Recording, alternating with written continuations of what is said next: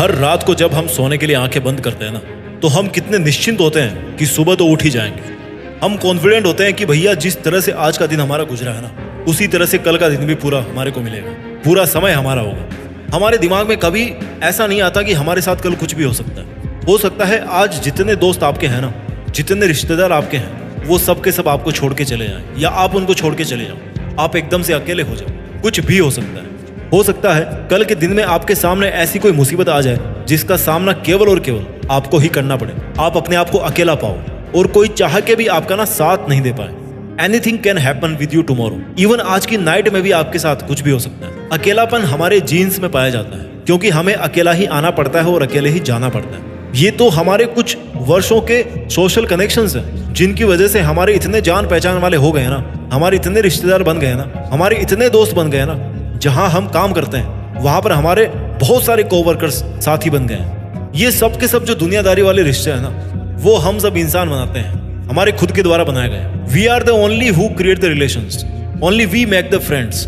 This is our choice, this is our decision कि हमें किसके साथ समय बिताना है और किसके साथ में समय नहीं बिताना है। क्या इस दुनिया में हमारा किसी के साथ जुड़े रहना जरूरी है जिंदगी जीने के लिए, अपने गोल्स को प्राप्त करने के लिए?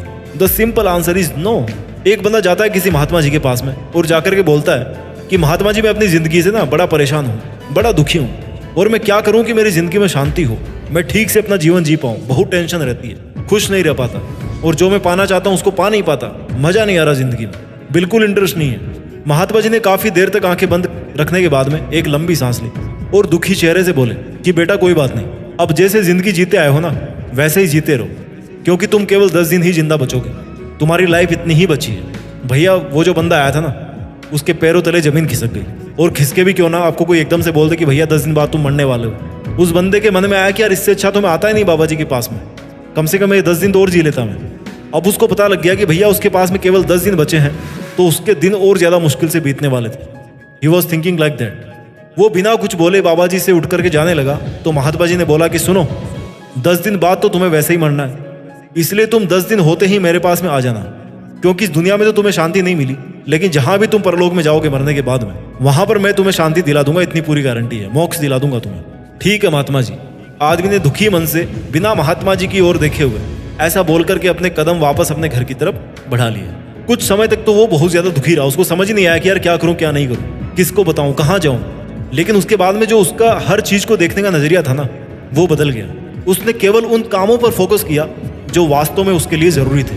उसने 10 दिन में एक भी गंदा काम नहीं किया, एक भी सेकंड उसने वेस्ट नहीं करी। उसने एक भी ऐसे इंसान के पास अपना टाइम खराब नहीं किया जिसके साथ वो नहीं रहना चाहता था। उसने इस धरती की हर चीज की खूबसूरती देखी। पेड़ कितने हरे हैं, बच्चे खेलते हुए कितने अच्छे लगते हैं, चांद कितना खूबसूरत है, पक्षियों की आवाज कितनी मधुर है, शाम की सुनहरी रोशनी में कितना सुकून है, हवा कितनी अच्छी महसूस होती है।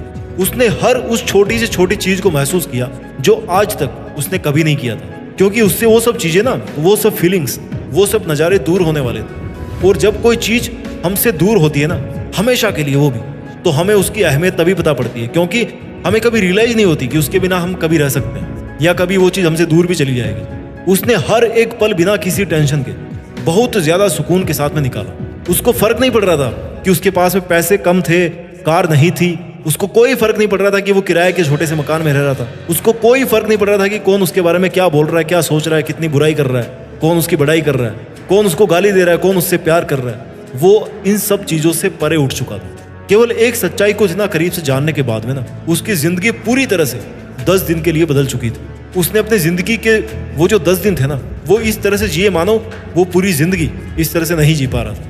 10 दिन होते ही वो अपने घर वालों को बिना कुछ बोले उसी शांत मन से महात्मा जी के पास पहुंच गया, क्योंकि उसका अपने घर वालों से भी मोह इसलिए उठ गया था कि भैया ये लोग भी है ना, वो भी किसी ना किसी दिन जाएंगे, और वैसे भी मुझे बिना बताए जाना ही था, तो चलते हैं, क्या फायदा बताने का, कम से कम कुछ घंटे और चैन से जी लेंगे, एक ना एक दिन तो इनको भी वैसे ही जाना ही है। और उसने पैसों वगैरह की सब व्यवस्था कर दी थी, इसलिए अब उसको कोई भी टेंशन नहीं थी। उसने वो मिनिमम से मिनिमम काम किए जो जरूरी थे, और अपने आप को हर अटैचमेंट से दूर रखा। बाबा जी ने उसके पहुंचते ही पूछा कि आगे बेटा? हाँ बाबा जी। उस आदमी ने नजरें उठाकर एक मुस्कान के साथ में बाबा जी को जवाब दिया, डर तो नहीं लग रहा तुम्हें कि आज तुम्हारा आखिरी दिन है इस जीवन में? नहीं बाबा जी, मुझे बिल्कुल डर नहीं लग रहा। क्यों भाई? तुम्हारे तो बहुत सारी प्रॉब्लम थी 10 दिन पहले कि बाबा जी मेरी इतनी समस्या है, मैं क्या करूं, जी नहीं पा रहा। बाबा जी ने एक तिरछी मुस्कान के साथ पूछा। इस बात पर उस बंदे ने जवाब दिया कि बाबा जी, मैं अब इस संसार की हर चीज से मुक्त हो गया और मेरा ध्यान केवल और केवल इसी पर है कि अगर मुझे मरना ही है तो फिर मुझे फालतू के लफड़ों के बारे में सोच सोच कर टेंशन लेने की क्या जरूरत है, क्योंकि जो सबसे बड़ा मरना है वो तो मौत ही है ना।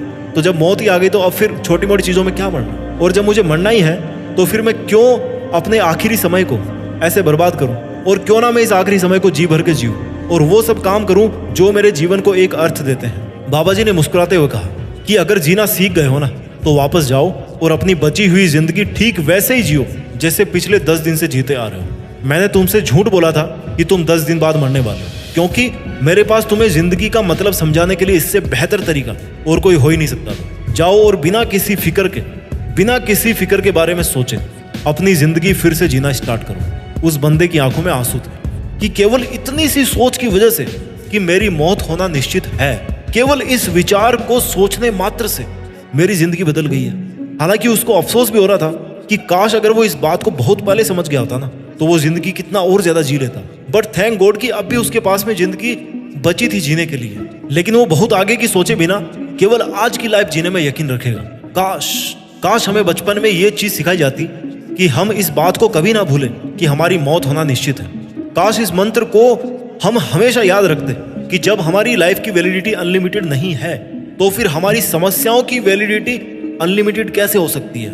हमारी सोच फालतू में इतनी अनलिमिटेड क्यों हो सकती है कि अब मैं क्या करूं, कहां फंस गया। यार, problem is just a little part of your life and the life duration is very very very very small part, very very small part on the time scale of universe. अकेला कौन नहीं है? ये सूरज अकेला है, ये चांद अकेला है, यहाँ तक कि आपकी जो समस्याएं है ना वो भी अकेले ही है। अरे ऐसे सोचिए कि जो समस्याएं आपकी लाइफ में आई है वो इतनी अकेली थी कि उनको किसी को अपनाना पड़ा अपनी जिंदगी बिताने के लिए, अपना जीवन निकालने के लिए।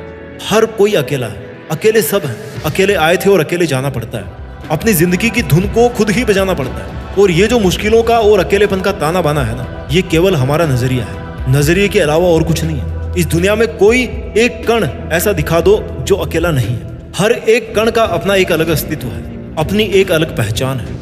और जब कण कण अलग होते हैं ना तो इंसान तो बहुत सारे कणों से मिलकर के बना है। उसकी जिंदगी में बहुत सारी चीजें आना लाजमी है और उसका अकेला होना भी लाजमी है। समय बहुत तेज है और जिंदगी बहुत छोटी है, लेकिन कुछ करना चाहो ना तो उसके लिए जिंदगी से बेहतर कोई और मौका नहीं हो सकता। इंसानी जीवन में पैदा होना एक प्रिविलेज के साथ में पैदा होने के बराबर है, बिकॉज हमारे पास में सोचने की ताकत है, अपने विचारों को व्यक्त करने की ताकत है, अपनी जिंदगी को सुधारने की ताकत है। वो पावर है हम इंसानों को। हमारे पास में उन 84 लाख जीव जंतुओं की प्रजातियों की तुलना में ऐसा कुछ है जो उनमें नहीं है। हमारे में इंटेलेक्चुअल है, विल पावर है, डिसिप्लिन है, और सबसे खास बात कि हमें ये सब समझ में भी आता है कि ये सही और ये गलत है। बहुत सारी खूबियां हैं जो केवल और केवल इंसान होने के बाद ही आपको मिलती है। अगर आप अपनी जिंदगी में बहुत अकेलापन महसूस कर रहे हो ना तो इस बात को अच्छी तरह से याद रखिए कि काफिले अक्सर उनके पीछे ही होते हैं जिनके घुटनों में अकेले दौड़ने की ताकत होती है, अकेले चलने की ताकत होती है, और मुश्किल से मुश्किल घड़ी में भी ना अकेले ही अपने घुटनों से रेंगने की आदत होती है। अपना ख्याल रखिए,